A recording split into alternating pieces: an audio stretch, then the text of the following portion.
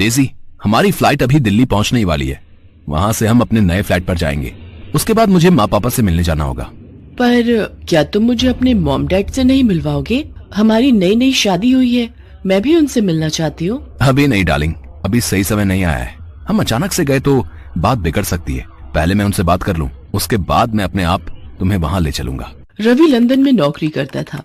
अब वो वापस इंडिया लौट रहा था। डेजी एक विदेशी लड़की है। वो भी रवि के साथ ही जॉब करती थी और उन दोनों में प्यार हो गया। रवि और डेजी ने शादी कर ली। रवि डेजी को लेकर अपने नए फ्लैट पहुंचता है। डेजी, तुम हाथ मुंह धोकर फ्रेश हो जाओ। मैं माँ पापा से मिलकर थोड़ी देर में आ जाऊंगा और खाना भी घर से ही पैक करवा लूंगा। रवि डेजी को फ्लैट में छोड़कर अपने घर पहुंचता है। उसे सामने देखकर उसके माता पिता बहुत खुश होते हैं, पर कोई और भी खुश था जो दरवाजे की ओट से रवि को देख रहा था, और वो थी रवि की पहली पत्नी शोभा। शोभा एक सीधी सादी लड़की थी। रवि 3 साल पहले जब लंदन गया तो जाने से पहले ही उसकी शादी शोभा से करा दी गई थी, पर रवि शोभा को बिल्कुल भी पसंद नहीं करता था। इसका कारण यही था कि शोभा गांव की लड़की थी। अच्छा हुआ तू वापस आ गया, अब शोभा के साथ आराम से रहना। तुम दोनों को तो बिल्कुल समय ही नहीं मिला एक दूसरे के साथ रहने का। अरे जानकी, अब इसने कहाँ जाना है? अब तो इसने अपनी पत्नी और होने वाले बाल बच्चों की जिम्मेदारी ही संभालनी है। माँ जी, मैंने इनके लिए खीर बनाई थी, मैं ले आऊं? हाँ हाँ बहू, इसमें पूछने वाली कौन सी बात है। विदेश में तो वैसे भी इसे खीर खाने को नहीं मिलती होगी। तुम दोनों आराम से बैठकर खाना खाओ, और बहू हमारा खाना हमारे कमरे में ही दे देना। चलो जी, इतने दिनों बाद बेटा आया है, दोनों को एक साथ बैठकर बात करने दो। मौका अच्छा है, शोभा से खाना पैक करवा लेता हूँ। ये लोग खीर खाकर बताओ कैसी बनी है। शोभा, खीर तो बहुत लाजवाब बनी है। वो मेरा एक दोस्त मुझसे मिलना चाहता है। क्या तुम उसके लिए भी थोड़ा खाना और खीर? उससे बहुत समय बाद मिल रहा हूं, तो तुम्हारे हाथ का खाना भी खिला दूंगा। अच्छा, आपको खीर इतनी पसंद आई?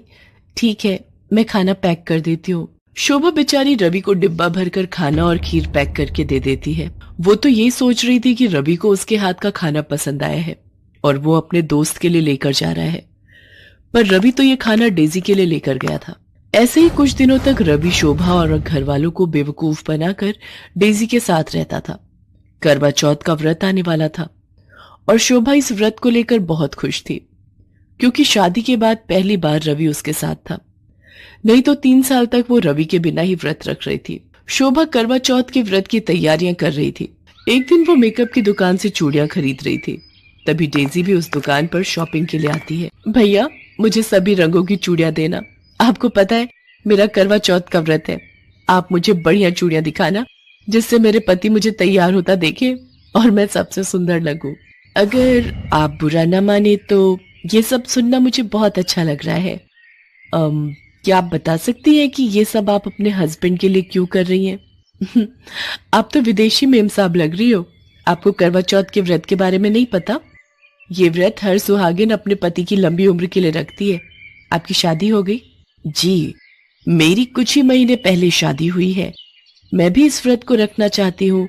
क्या आप मुझे इसके बारे में बताएंगी? मैं यहाँ पर किसी को भी नहीं जानती हूँ। अगर आप मेरी इतनी हेल्प कर दें। ऐसे ही बातें करते हुए शोभा और डेजी अच्छी दोस्त बन गई। शोभा डेजी को करवा चौथ के व्रत की सारी तैयारी करवाती है, पूरी शॉपिंग करवाती है। डेजी को शोभा का स्वभाव बहुत अच्छा लगता है।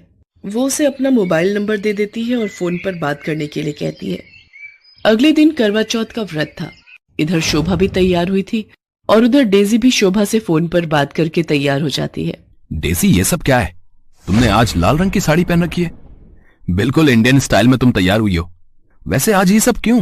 रवि शाम को आने का वादा कर लेता है, पर उधर उसे शोभा का भी व्रत खुलवाना था। रवि, आज तू कहीं नहीं जाएगा। आज बहू ने व्रत रखा है। जैसे तुम्हारे पिताजी मेरा व्रत खुलवाएंगे, वैसे ही तुम्हें भी बहू का व्रत खुलवाना है, समझे? पर माँ, मुझे शाम को ऑफिस का काम है। अच्छा ठीक है, पर मैं ज्यादा देर तक नहीं रुकूंगा। मुझे किसी जरूरी काम से बाहर जाना है। शाम को रवि जल्दी जल्दी शोभा का व्रत खुलवाता है और डेजी के पास पहुंचता है। डेजी उसका इंतजार कर रही थी। शोभा को वीडियो कॉलिंग कर लेती हूँ। डेजी शोभा को वीडियो कॉलिंग करती है। हाय शोभा, कैसी हो? मैंने तुम्हें ऐसे ही फोन किया है कि मुझे तुम वीडियो कॉल पर ही समझा देना कि मुझे कैसे अपने हस्बैंड की पूजा करनी है। ठीक है, मैं वीडियो पर आती हूँ। रवि, रवि डार्लिंग, इधर तो आना। क्या बात है, तुम पूजा छोड़कर वीडियो कॉल पर किससे बात कर रही हो? आओ रवि, ये देखो, मेरी सहेली शोभा। आप डेजी के पति।